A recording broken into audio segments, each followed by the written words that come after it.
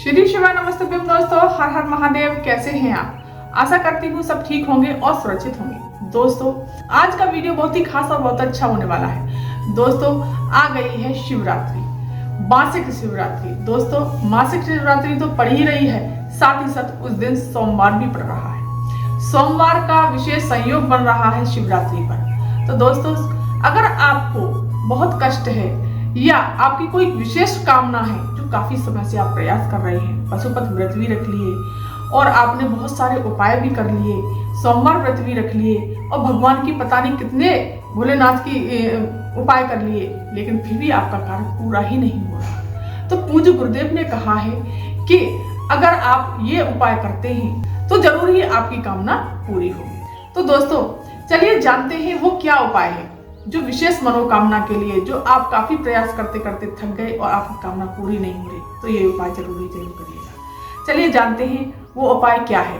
दोस्तों, वो जानने से पहले अगर वीडियो पर नए आए हैं तो मेरे चैनल को सब्सक्राइब कर दीजिए, वीडियो को लाइक कर दीजिए और कमेंट में श्री शिवाय नमस्तुभ्यम अवश्य लिखिएगा। चलिए जानते हैं। आपको एक लोटा भर लेना है, तांबे का जल भरना है आपको अपने घर से, अपनी किचन से, और इसमें थोड़ा सा मीठा डाल लेंगे।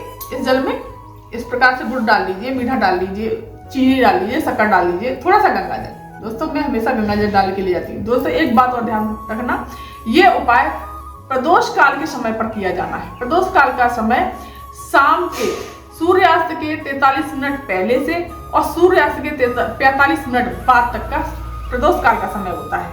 तो ये शिवरात्रि को, सोमवार की शिवरात्रि पड़ रही है, उस दिन शाम के समय पर आपको प्रदोष काल के समय पर ये उपाय करना है। फिर आपको चंदन ले जाना है, चावल ले जाने हैं, मीठा ले जाना है और इत्र ले जाना है, बेलपत्री, शमी पत्र, कलावा, दीपक, फूल। तो सबसे पहले आपको क्या करना है, पूज्य गुरुदेव ने कहा है कि ये फूलों से उपाय करना है। फूलों से क्या करना है आपको? सबसे पहले देखिए दोस्तों, आपको शिव मंदिर पहुंच जाना है, ये जल का पात्र लेकर के। जल का पात्र अब शिव मंदिर पहुंच करके देवादिदेव महादेव के उत्तर दिशा की तरफ मुख करके बैठ जाना है, खड़े हो जाना है। जिस तरह से अगर डमरू वाला शिवलिंग है दोस्तों, तो आपको खड़े होकर के जल चढ़ाना है, और अगर नीचे ही जमीन पर ही शिवलिंग रखा हुआ है तो आपको बैठ करके जल चढ़ाना है। तो यहाँ पर पहुंच करके आपको गणेश जी के स्थान पर सबसे पहले जल समर्पित करना है, श्री शिवाय नमस्तुभ्यम मंत्र का जाप करते हुए इस तरह से। फिर कार्तिकेय जी के स्थान पर, फिर माता अशोक सुंदरी के स्थान पर। ये तो आपको पता ही होगा कि ये गणेश जी का स्थान है, ये कार्तिकेय जी का स्थान है, ये माता अशोक सुंदरी का स्थान है, और माता रानी का हस्तकमल ये है जो कटी भाग होता है। फिर आपको यहाँ पर जलाधारी, यहाँ माता रानी के हस्तकमल पर फिर श्री शिवाय नमस्तुभ्यम मंत्र का जाप करते हुए इस तरह से आपको यहाँ जल समर्पित करना है। थोड़ा सा जल बचा लेना है आपको। इस तरह से जल समर्पित करने के पश्चात आपको जो इत्र लेकर के गए हो, भगवान भोलेनाथ का सफेद पुष्पों से आपको श्रृंगार करना है। हर शिवरात्रि को आप, अगर 12 महीने की शिवरात्रि आती है, अगर हर शिवरात्रि को आप ये श्रृंगार करते हैं तो निश्चित ही बाबा आपकी झोली खुशियों से भर देंगे। जो भी कामना होगी आपकी वो जरूर ही जरूर पूरी करेंगे। आपको इस तरह से आपको इत्र ले लेना है। इत्र लेकर के आपको अबीर, गुलाल, जो भी आपके पास उपलब्ध हो वो सब चीज ले जाकर के आपको बाबा का श्रृंगार करना है। इस तरह से आपको इत्र लगा देना है भोलेनाथ पर। इत्र लगा करके आपको फिर चंदन पीला ले लीजिए या सफेद ले लीजिए, जो भी चंदन आपके पास उपलब्ध हो, इस तरह से त्रिपुंड बना देना है। श्री शिवाय नमस्तुभ्यम मंत्र का जाप करते हुए बहुत सुंदर सा श्रृंगार कर दीजिए। गणेश जी के स्थान पर लगा देना है, कार्तिकेय जी के स्थान पर, माता अशोक सुंदरी के स्थान पर और माता रानी के हस्तकमल पर। इस तरह से चंदन लगाने के पश्चात आपको फिर भोलेनाथ पर एक बेलपत्री समर्पित कर दीजिए। चंदन यहाँ पर भी लगाना है दोस्तों, बेलपत्री कभी खाली समर्पित नहीं की जाती। ये डंडी का भाग, बेलपत्री दोस्तों कटी फटी नहीं होनी चाहिए, एकदम साफ सुथरी बेलपत्री होनी चाहिए। इस तरह से यहाँ से पकड़ेंगे और श्री शिवाय नमस्तुभ्यम मंत्र का जाप करते हुए इस तरह से बेलपत्री समर्पित कर देंगे। समी पत्र है आपके पास, समी पत्र इस तरह से समर्पित कर देंगे एक। फिर आपको थोड़े से चावल समर्पित कर देने हैं, इस तरह से चावल समर्पित, मीठा समर्पित कर देना है। और फिर आखिरी में आपको क्या करना है दोस्तों, पूज्य गुरुदेव ने बहुत सुंदर उपाय बताया है। फिर आपको जल समर्पित करने के पश्चात सारा का सारा जल समर्पित कर देंगे इस तरह से। श्री शिवाय नमस्तुभ्यम मंत्र का जाप करते हुए सारा जल समर्पित कर देंगे।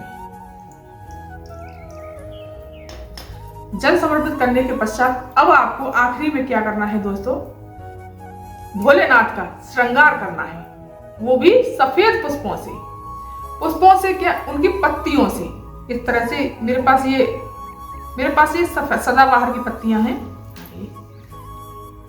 इनसे आपको इस तरह से आपको श्रृंगार कर देना है भोलेनाथ की पूरे शिवलिंग पर। इस तरह से आपको, ये छोटी छोटी पत्तियां हैं दोस्तों,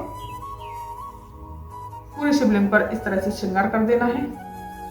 तो दोस्तों इस प्रकार से आपको सफेद पुष्प की पंखड़ियों से भगवान भोलेनाथ का श्रृंगार करना है। जितना दिल से, जितना मन से, बहुत प्यार से भगवान का श्रृंगार करिए और अपनी मनोकामना, जो कामना काफी समय से आपकी पूरी नहीं हो रही, वो भोलेनाथ आपकी बहुत जल्द पूरी करेंगे। लेकिन दोस्तों आपको प्रत्येक शिवरात्रि ये उपाय करना है। अगर प्रत्येक शिवरात्रि करते हैं तो भगवान भोलेनाथ आपकी कामना तो पूरी करेंगे ही करेंगे, आपकी झोली खुशियों से भर देंगे और आपको जीवन में कभी भी पीछे मुड़कर देखना नहीं पड़ेगा। आपके जीवन में कभी दुख तकलीफ नहीं आएंगे, कष्ट नहीं आएंगे। तो दोस्तों ये शिवरात्रि का बहुत सुंदर सा उपाय है। भगवान भोलेनाथ की आराधना करनी है आपको और भगवान भोलेनाथ का श्रृंगार करना है सफेद पुष्प की पंखड़ियों से। दोस्तों एक बात ध्यान रखना कि केतकी के फूल समर्पित भोलेनाथ को नहीं किए जाते, तो आप केतकी के फूलों की पंखड़ियां नहीं यूज कीजिएगा। किसी के भी फूल मिल जाए, सदाबहार के मिल जाए, बहुत तरह के सफेद फूल होते हैं, किसी के भी सफेद फूलों से भोलेनाथ का मन से, दिल से, हृदय से भगवान भोलेनाथ का श्रृंगार कर दिए और उनको रिझाइए। आपकी भोलेनाथ जरूर ही जरूर सुनेंगे। इस प्रकार से करने के पश्चात आपको प्रणाम करना है, भोलेनाथ से प्रार्थना करनी है कि बाबा मैं बहुत दुखी हूँ, बहुत कष्ट में हूँ, मेरी कामना को जल्द से जल्द पूरा कीजिए। और आपको धूप दीप लेकर के गए हो, इस तरह से आपको आरती कर देनी है। उनकी आरती करने के पश्चात उनको प्रणाम करना है। जैसे भी आप प्रणाम करते हैं 3 बार यहाँ से हाथ लगा करके, पूज्य गुरुदेव हमेशा कहते हैं कि यहाँ 3 बार अगर श्री श्याम मंत्र का जाप करते हुए यहाँ से हाथ लगा करके हम माथे से लगाते हैं तो हमारी जिंदगी में दुख तकलीफ नहीं आती।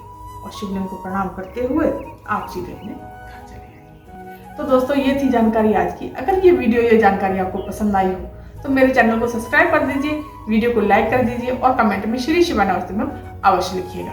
धन्यवाद।